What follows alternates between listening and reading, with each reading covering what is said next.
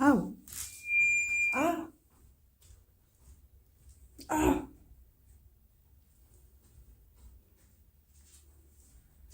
punaise. Ah oui, bon.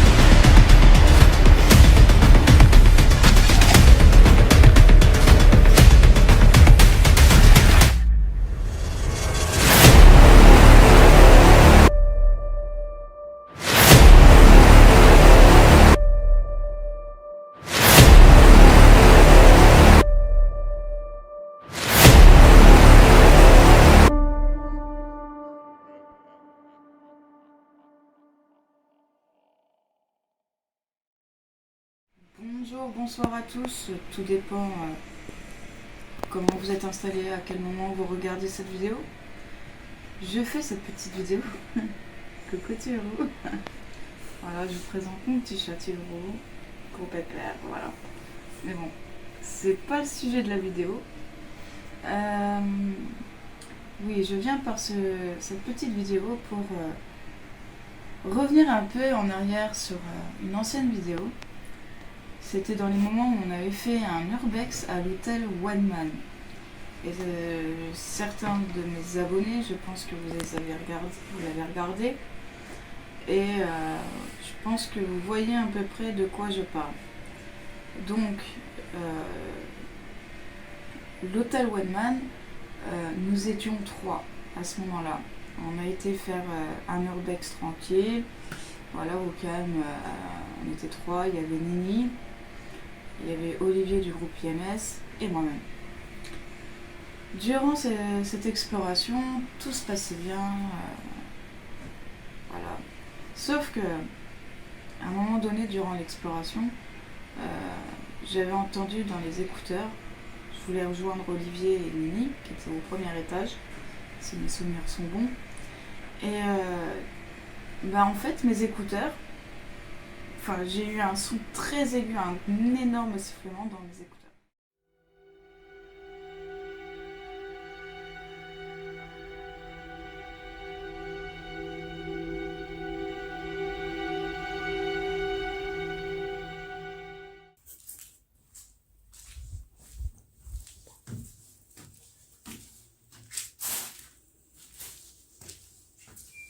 Ah, ah,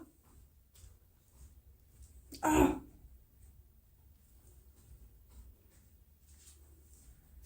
punaise. Ah oui, bon.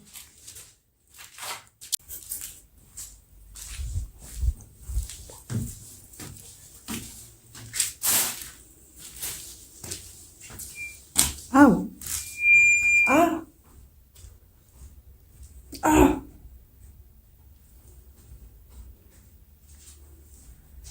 punaise. Ah oui, bon.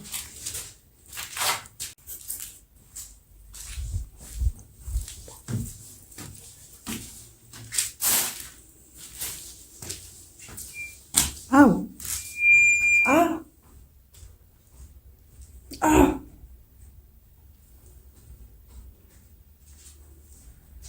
punaise.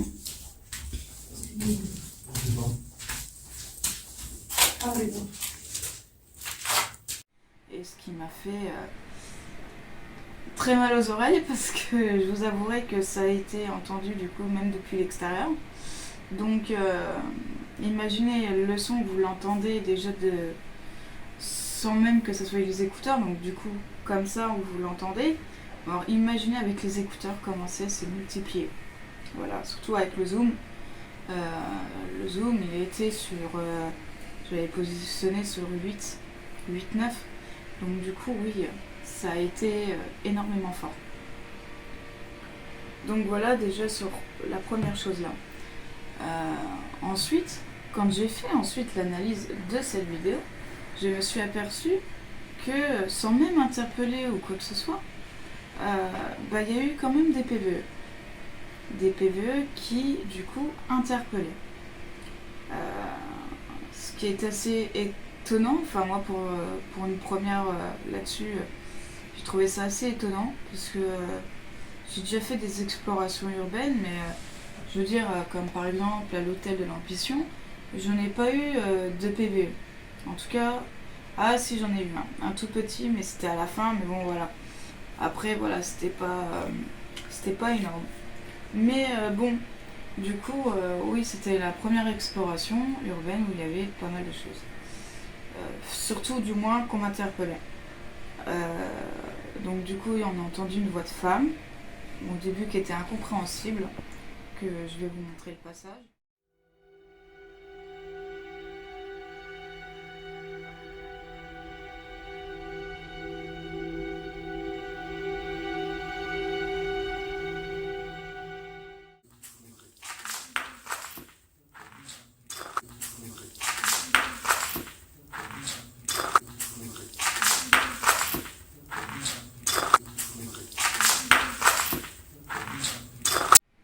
De toute façon, à chaque explication dans cette vidéo, je vous montrerai le passage adéquat.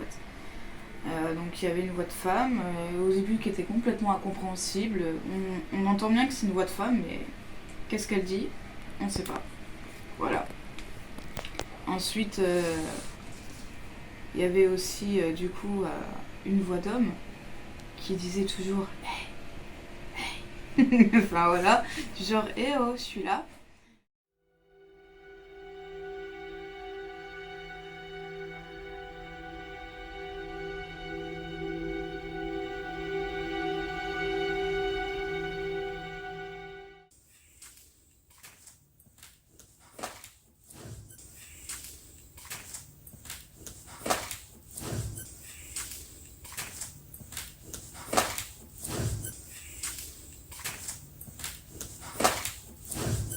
Voilà, du coup, quand c'est des PVE, on n'entend pas forcément sur le coup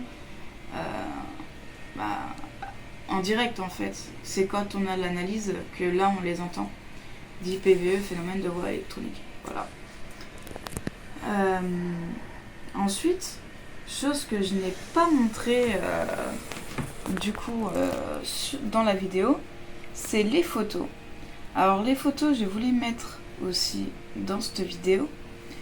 Vous verrez qu'à chaque fois où je vais quelque part, en fait à chaque pièce que je visite, je suis suivie par une ou plusieurs orbes. Voilà.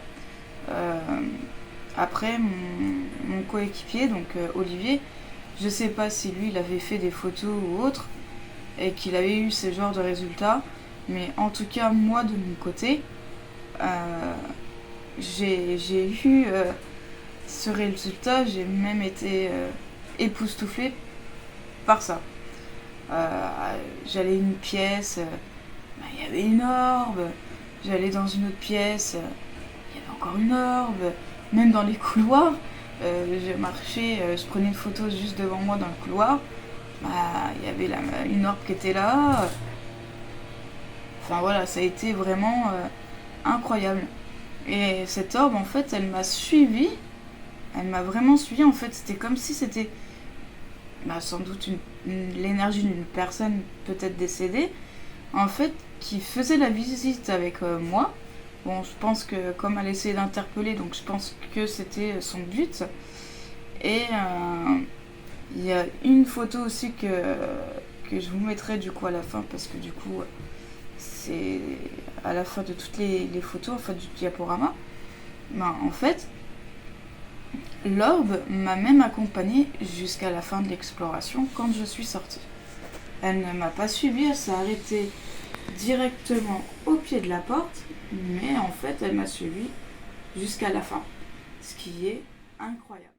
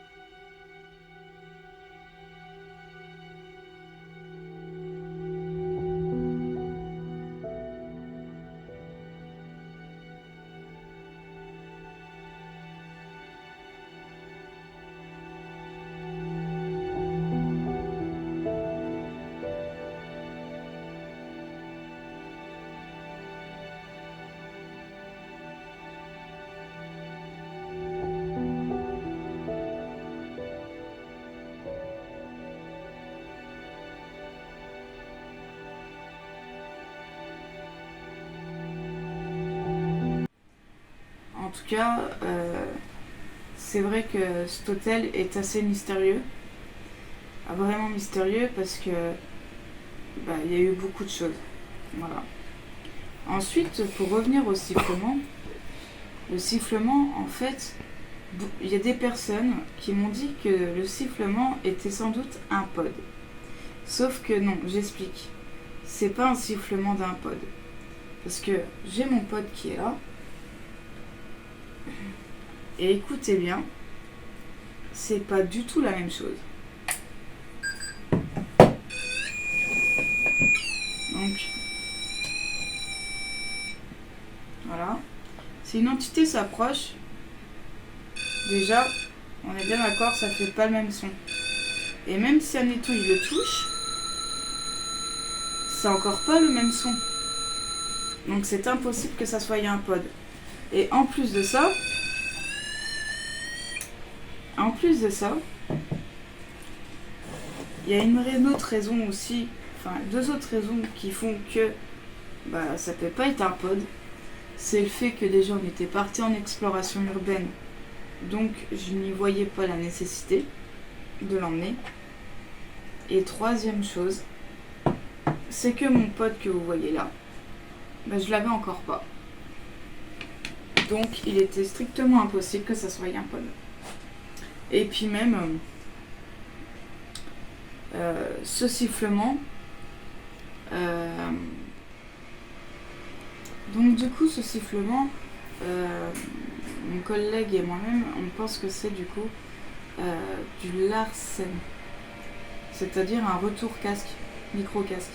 C'est-à-dire en fait quand le micro ou l'écouteur sont collés l'un à l'autre, enfin proches, c'est ce qui pourrait arriver. Sauf que dans cette situation, le problème qu'il est, c'est que j'avais pas de micro.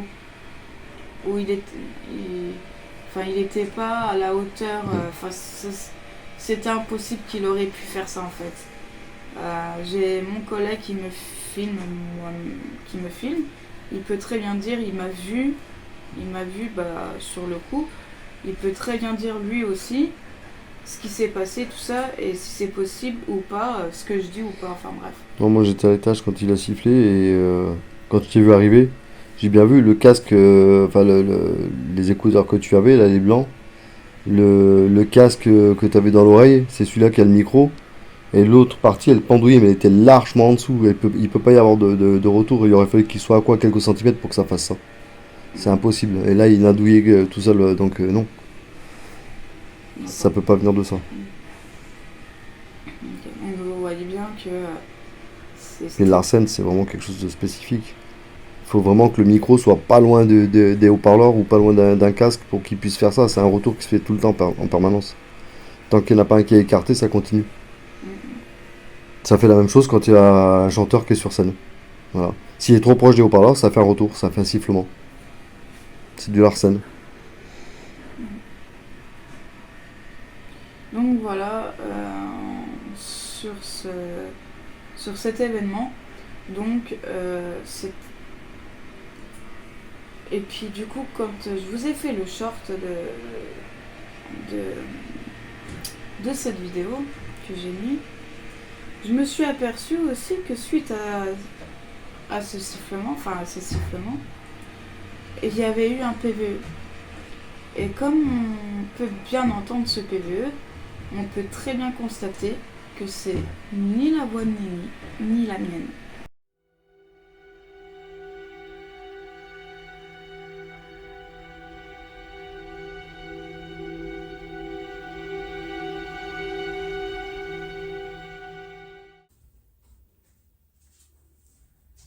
Punaise.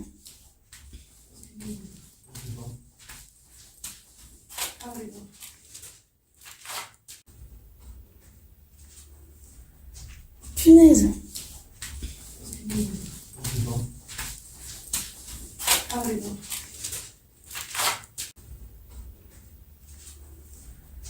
Punaise.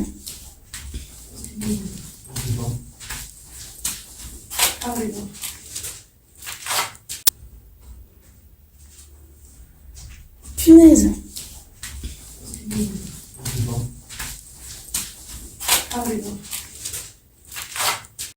Et en fait, ce qui est assez étonnant, c'est que c'est quelques secondes après ce sifflement. En fait, moi, mon avis personnel, c'est mon opinion. Pour moi, c'est sans doute une entité, de toute façon, même plusieurs, qui voulaient nous parler. Enfin, je sais pas si c'était que moi, mais en tout cas, ça voulait communiquer. Donc il faut savoir que les entités savent qui nous sommes et ce qu'on fait. Donc même si on est en exploration urbaine, les entités savent très bien qu'en réalité aussi nous sommes des enquêteurs paranormaux. Et ça, Olivier peut le confirmer, je pense. Oh oui, ils savent déjà qui on est avant même d'arriver sur place, comme ça. ils connaissent nos intentions. Mm, mm. Donc il n'y a pas besoin de dire qu'on est enquêteur dans le paranormal, ils s'en doutent. Parce qu'ils voient bien de toute façon qu'on est là avec du matos, exprès pour parler avec eux. Donc C'est voilà. ça. C'est pour ça que même moi, quand je suis en enquête, je le dis jamais. Je suis enquêteur dans le para. Je donne juste mon prénom, c'est tout. Ouais, bon, j'ai toujours l'habitude de le faire parce que voilà. Ouais, après voilà, chacun. Moi je sais que je le dis plus. Moi avant je le disais, puis maintenant. Donc voilà, et du coup, dans cette vidéo, je me suis aperçue, il y a peu de temps, qu'il y avait un très beau PVE qui disait du coup, parlez-moi. Un magnifique PVE. Parlez-moi. Une voix de femme. Comme si, limite, comment dire, comme si elle était désespérée en fait, disant, allez, parlez-moi, je suis là, j'ai quelque chose à dire, enfin voilà. Ou peut-être qu'elle avait un message à faire passer. Donc, voilà, elle a voulu absolument qu'on lui parle. Elle a fait... Enfin, les entités du lieu, en fait, ils ont fait tout leur possible pour, en fait, avoir de l'attention. Voilà. Et Olivier, je lui ai fait écouter aussi donc, le PVE qu'il y a eu après le sifflement. Et il peut vous dire ce qu'il en pense aussi. Si c'est moi ou si c'est Nini Non. ou moi. Aucun d'entre vous, puis moi non plus, parce que de toute façon j'ai pas une voix comme ça. Donc voilà. On s'aperçoit que de suite c'est un autre PVE qui a été sorti. Voix féminine, mais on sait pas qui précisément. Il y avait personne dehors. Et ce jour-là, on n'était que 3. Il y avait personne d'autre. Donc voilà. Voilà. Donc du coup, c'était quand même une exploration Non, c'était sympa. qui était sympa. Bon, malgré tout, c'est quand même un bâtiment qui est quand même plutôt dangereux quand même. Oui, qui est sur le point de s'effondrer de toute façon. Il est sur le point de s'ébouler. Mais c'était plutôt sympa. Là, le bâtiment, je donnerais peut-être quoi, 4-5 ans quoi. Ouais, de toute façon, il y a plus que, allez, on va dire, 80% de visitables, le restant, c'est sur le point de tomber. Savoir que le bout de l'aile, quand on arrive dedans, hein, quand on se met face à l'édifice, le bout à gauche, qui est complètement à gauche, c'est sur le point de s'ébouler. Et puis il faut savoir que les seuls étayages qu'il y a pour tenir les étages, c'est de l'archaïque. En gros, c'est même pas de l'étayage en fer. Ils sont pas embêtés, ils ont gardé les encadrements de porte qui sont en train de se cintrer. Parce que bah oui, le poids de l'étage du dessus est tellement lourd que voilà, ça a du mal. Mais c'est exactement ce qui retient les étages de l'extrême gauche, tous les étages quoi. Donc il suffit que ça pourrisse un peu plus, ça tombe. C'est Il ça. suffit d'un étage qui tombe et puis le reste il suit. C'est pas plus difficile. Du coup, ça risque de faire comme le château de Ravinel. Oui. Le château de Ravinel, oui, bah alors lui, ça c'est Le encore un autre château sujet, mais Ravinel, il est plus visitable. Voilà. Il est plus visitable, de toute façon, on Il est fera la dangereux. vidéo. Elle sortira, ça c'est sûr. Mais voilà. Trop dangereux. De toute façon, vous verrez dans cette vidéo que c'est beaucoup trop dangereux. Ah bah À là, l'heure c'est- actuelle, moi je dis qu'aucun urbexeur ni aucun enquêteur ne devrait y aller. Ça serait vraiment jouer avec sa vie. Parce que vous bougez, excusez-moi, la moindre poutre. C'est-à-dire qu'elles sont cintrées. Voilà. Vous bougez la moindre poutre, tout tombe. Ah bah là, oui. Tout tombe. Puis Et c'est pas qu'un étage, là, c'est les étages de tout en haut jusqu'au dernier qui est au rez-de-chaussée qui peut vous tomber dessus n'importe quand. Il suffit de pas grand-chose. Là, sincèrement, pour votre sécurité, il vaudrait mieux pas. Il est beau de l'extérieur, il en jette, mais de l'intérieur, c'est fini, c'est mort. Voilà, si vous voulez faire quelque chose, faites plutôt de l'extérieur. Les photos et tout de l'extérieur, mais franchement, à l'intérieur, ça vaut même plus le coup là. Non. Là, faut. Même nous, on a pris un risque hein, pour être dans la pièce où il y a le piano. Mm. Voilà. Ça aurait pu très bien tomber sur nous. Que les étages tombent à ce moment-là et puis qu'on reste bloqué dedans, il n'y a pas d'issue possible pour en sortir. Voilà. Vous pouvez demander à Olivier que ce château-là, j'étais vraiment pas bien du tout. Vous pouvez lui demander, hein, parce que j'étais pas du tout tranquille. Je pense que même dans la vidéo, quand vous la verrez, vous le constaterez par vous-même. Parce que je dis beaucoup à Olivier, t'es sûr, tu crois qu'on peut... Parce qu'en fait, c'est instable, c'est complètement instable. Et là, franchement, je vous le dis sincèrement, c'est la première fois que je mets ma vie en danger à ce point-là. Et je le ferai pas une seconde fois. C'est vraiment plus qu'instable. Là, c'est en gros, ça revient à dire qu'il y a une allumette qui retient ce qu'il y a au-dessus. Vous l'enlevez, tout tombe d'un coup. Vous prenez plusieurs tonnes sous le coin de la tête. Voilà, c'est pas plus compliqué que ça. Et puis il faut savoir que si ça s'éboule, vous pourrez pas ressortir par une fenêtre ou autre. Ah bah non, c'est mort. C'est même pas la peine. Mm. Là, sincèrement, voilà, pour tous les urbexeurs et enquêteurs, n'y allez pas, ça sert à rien. En tout cas, si vous savez de quel château je parle, n'y allez surtout pas. Voilà, voilà. Bon, sur ce, j'espère que cette vidéo vous aura plu, malgré tout. J'espère que ces explications vont comment dire, vous éclairer sur la situation qu'il y avait eu à l'hôtel Wadman. Je crois que le titre de cette exploration, c'était l'hôtel Wadman. Une entité m'interpelle. Si mes souvenirs sont bons. Donc j'espère que ces explications sur cette vidéo vous aura plu. Et n'hésitez pas à partager la vidéo, à la liker et à la commenter. C'est très important. Parce que aussi, si vous avez, admettons, des idées que vous voulez que je fasse, n'hésitez pas à me le dire aussi. Parce que voilà, ça peut être du contenu, tout ça. Après, c'est sûr, avec le nouveau règlement de YouTube, il y a des choses qu'on peut faire, des choses qu'on ne peut plus faire. Maintenant, c'est fini.